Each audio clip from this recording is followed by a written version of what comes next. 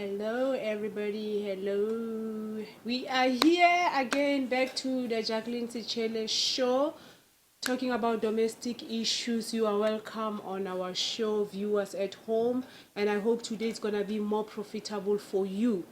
And we thank God anyway by us to be here or for us to be here. Today we have a very special guest. A very handsome boy, my lovely eldest son, Katlego. He's my son.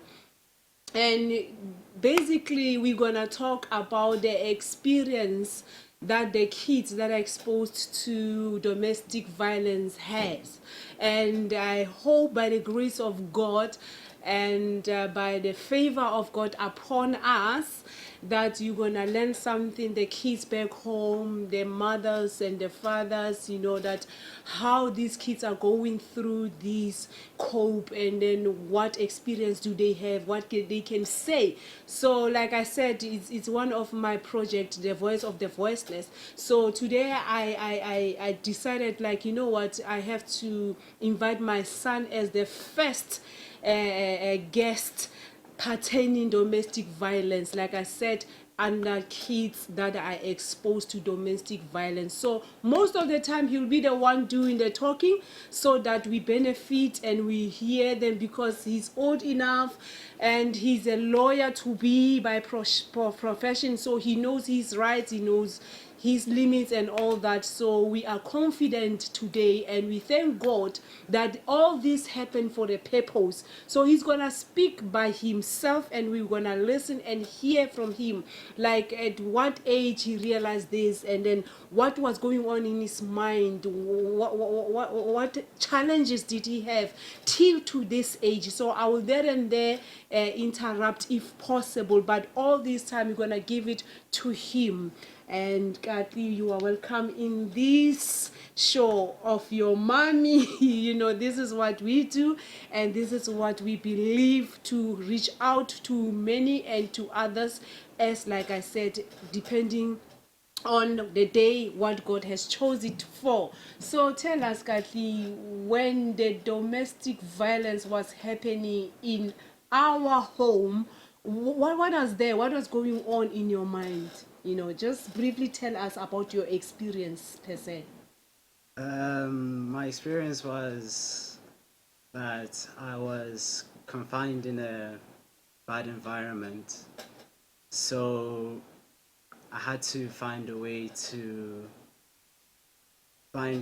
to see what I can do for myself, see ways that I can feel like myself again, and see how I possibly could be happy within a bad situation. So for me personally, this would be um, not associating myself with my house or my home. So the lucky thing for me as a kid, as kids in the UK, is that you have school. So for me, it was education that really helped me to distract myself from what was happening back at home. Um, Within the household itself, it felt like I was a bit trapped, that I couldn't really express how I felt, or um, really how to cope or deal with the situation. So, by having support or friends at school, that really helps. Even if they didn't know about my situation at home, just them being there for me really helped me. And I also focused on my education, which helped me just to find ways to control a situation where I couldn't control. So, with all the domestic violence that was happening at home, uh, I felt like I had no control over my life. So, with education, I can really control my own life in how hard I worked, what I did. So if I was to say to other kids in similar situation, I would say just as ways to coping, just try and find a place where it's just you, away from your situation. So whoever it may be, even the people around there, just separate yourself. For me, it was education. For you, it could be, a sport or something. Just do something you love. So at what age, Katli, you did all these? Because it's like you wrapped up. So from the beginning, you didn't have control. At what age and what was going on? That's what I think the viewers will want to hear. Like what was going on to you or against you? You know what I mean? Or around you. So what was it? What was going on, and at what age? So it was, for me, it was as early as when I was 8, I believe. That's when I started to notice more and more the frequent arguments in the house, the temper from my father, and the throwing of stuff, the hitting and stuff like that. So if you say hitting, and if you don't mind, raise up your voice. If when you say hitting, was it like you see hitting, or hitting was happening to you? Like I said, was it to you, direct contact, or around you? I think let's balance whether it was like you were you were exposed to, or at the same time exposed, and also it was happening to you now. So I think most viewers will want to hear exactly what was it. So it was mainly being exposed to that domestic violence. But there were occasions where I was experiencing it myself. So if I look back, sometimes it's hard to differentiate when he was, telling off a child who's being, naughty or whatever, or more than that. For me, the way I know it was more than just, some sort of punishment is when it's done out of anger. So for a child, you understand when you've done something wrong, and then you get hit for it or spanked or whatever it may be, and then oh, this is my punishment. But it was more than that, especially if it's repeatedly and with a lot of force, that you can tell that you're being exposed to violence instead of punishment. Okay. So which means, viewers, what he's saying is like at that tender age, a kid can actually differentiate between being disciplined or told off out of love and out of anger. So to him, he last out of anger, according to however the father was disciplining him, as abuse. That's what I gather from what my son is saying. So what I'm saying is that we should not actually even take for light what our kids are telling us, what others are doing to them. We shouldn't just take it like, okay, it's just kind of a discipline, especially as Africans, because we tend to have our own cultural way of disciplining our kids, so they can tell. And in this modern and in this time of age, they can actually differ with the way we do things culturally as Africans. So I'm trying to say to you, yes, we are in the UK, yes, we experience domestic abuse in the UK, which is, I said, as a Christian, it's a spirit. It can dominate anywhere and anyhow to anybody. That's why hence we brought a child, now he's obviously a youth, in, so that we are realistic here, like saying it can happen to any age, anyone, any race, any, whether male or female. So we have to also listen to our kids. Unfortunately, on my side, I didn't know that my son was going through this, because I was myself a mess. at that time. I told you my story. So I'm gonna continue ask him, because like I said, it's more about him. Also, like I hear you, Kathy, you were talking about how you managed, the situation from home, to kind of relieve yourself from that environment. You opt to look at the education. Where did you get the idea from that education can be the only way forward? Because also I heard you saying that your friends, even though they didn't know, so how did you get the idea of relieving yourself that way? I think it's just a kind of a personal thing, or it depends on an individual. Because for me, especially at that age,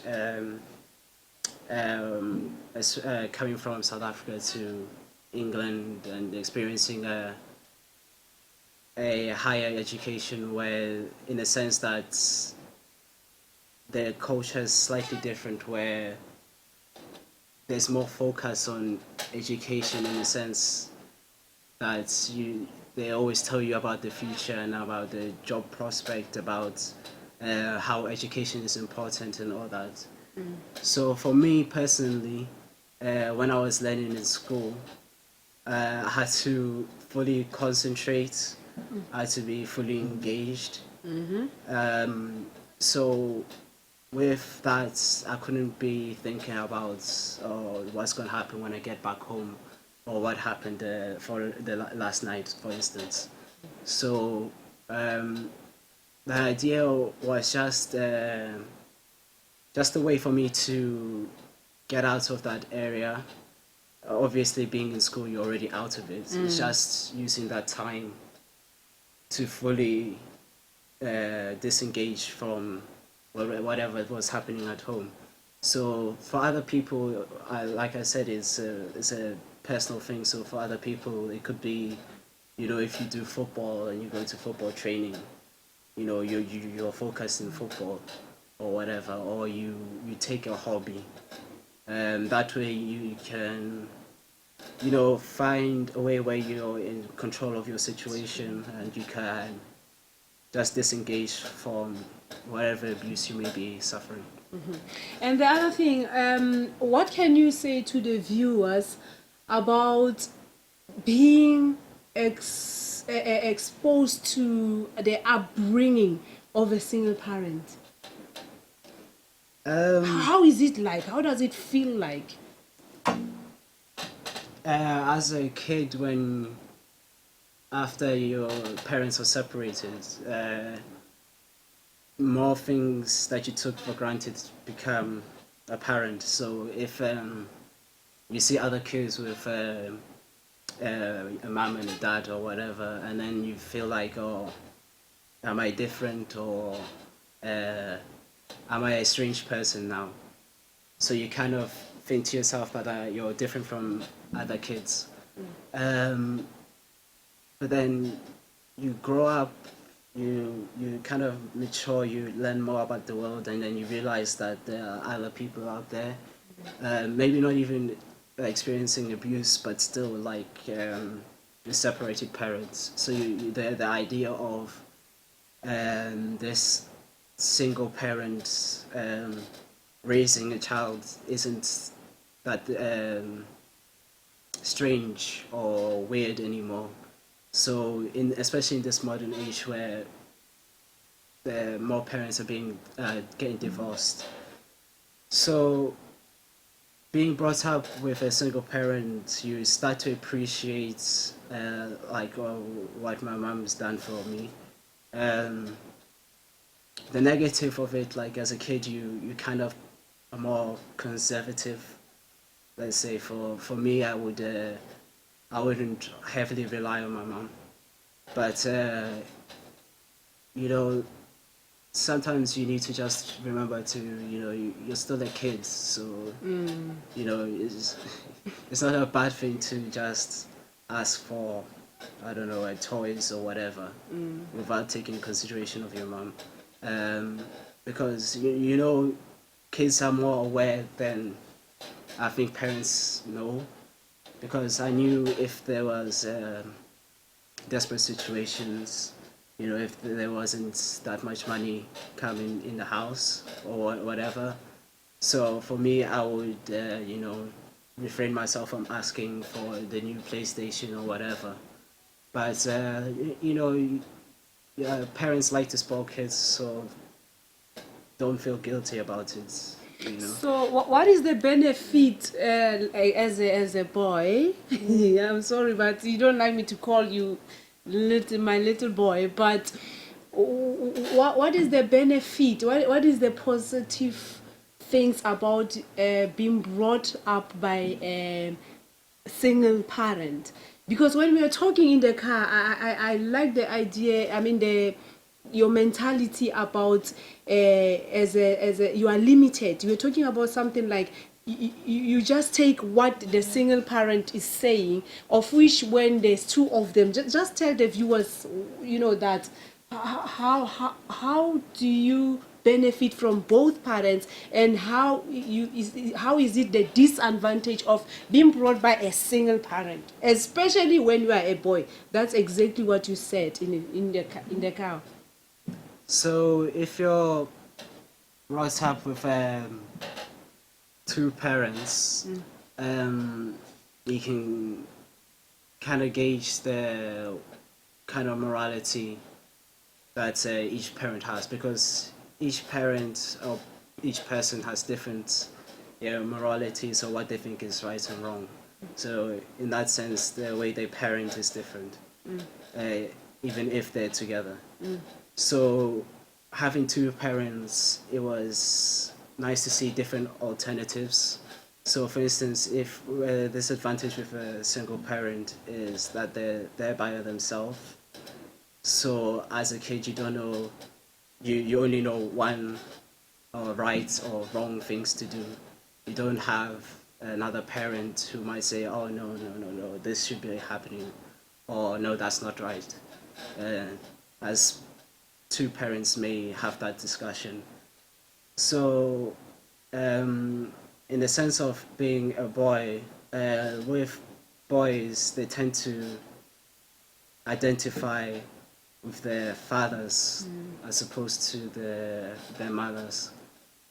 So, not having a father figure in the house, you really can't gauge your morality.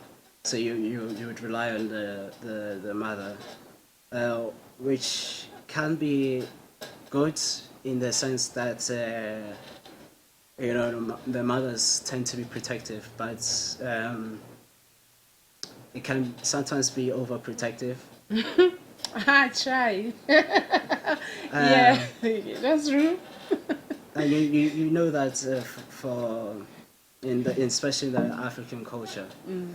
So for even with my father being abusive, there were good memories. It's not like, as a kid, all I know was abuse. You do experience good memories with that person, and you get to learn more about how to be individual. So I feel like the male perspective to parenthood is more raising your child to be able to cope in the outside world. The same with the mothers, but the mothers take it as being protective and making sure that they're not exposed to the outside world, whereas the male is more of this X, Y, Z may happen outside the world, but you have to experience it. You have to be more about yourself and find your own 2 feet and take care of yourself. So you see that in a young age. From I don't know, it depends on each household. So, like for me, it was my first time cooking was at 8. My first meal, my first time making eggs, so my father taught me at 8. See, that's a good memory there. But that just shows how a father would tend to make sure that the boy is able to survive and cope for when they grow up. So viewers, what Katlego is saying is that kids need both parents.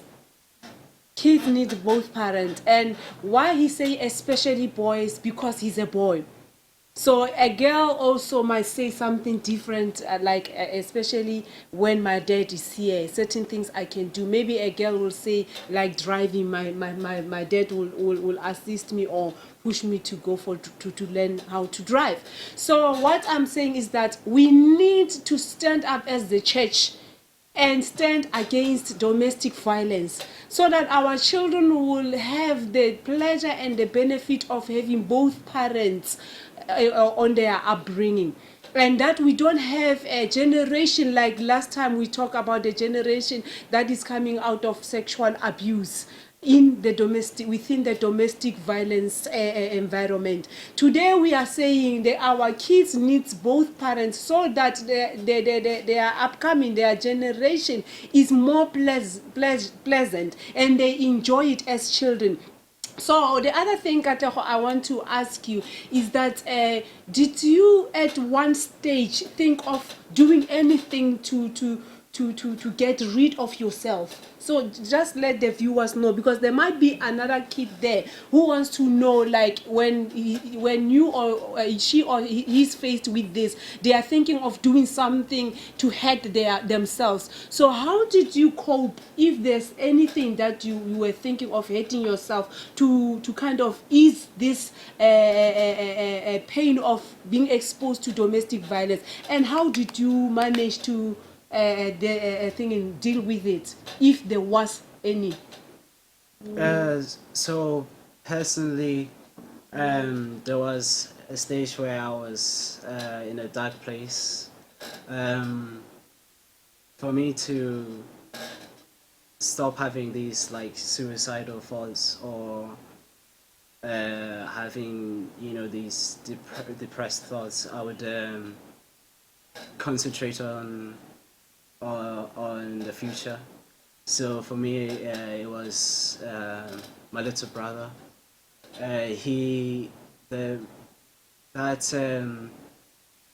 sense of responsibility as the elder brother helped me, because I really pitied my brother in that situation. So I wanted him to always have at least me, or in the future. So I just had a sense of responsibility in that sense. For others there, you might be thinking you don't have a little brother, but you just got to understand that what you're facing, you're at rock bottom. Like you're literally, there's nowhere else further down or further worse it could be.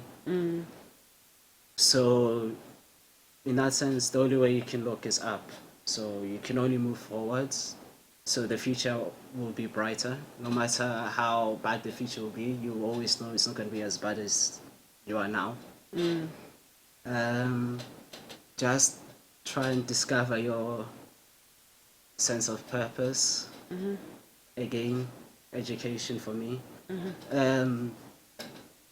And rely on your friendships, because having those sort of people in your life, friends who, even if they don't know about your situation, who are just there for you, is something invaluable. So try and have some sort of support network with you, friends you can rely on. If you want to tell them about your situation, tell them. But even then, just try and enjoy your youth. Your youth, yes. Wow. So basically what Katli is saying is that he did had the thought of taking his own life, being suicidal. And at that stage, nobody knew.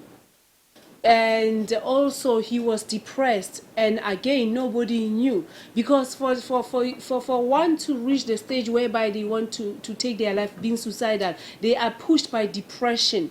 So what I'm saying to you today is that we have to be careful. I was not aware of this, but by the grace of God, I will repeat this actually, saying that it was the grace of God, because out of all this, what he was talking, because all this I happened to find out from the car. So out of all this that has been happening, I had no clue. Both of us, the perpetrator and me being as a victim by then, I had no clue. Hence everything that I've been speaking about throughout, I always mention God, that I thank God that he has been with us. And my son is here and he's already okay. You don't have, assure the viewers, you don't have depression anymore. I bet you are not suicidal anymore. I bet, because we are watched by nations and by lots of people, so that, and professionals are watching also, so that we are clear on this one. No signs of depression or wanting to kill yourself. So it is confirmed,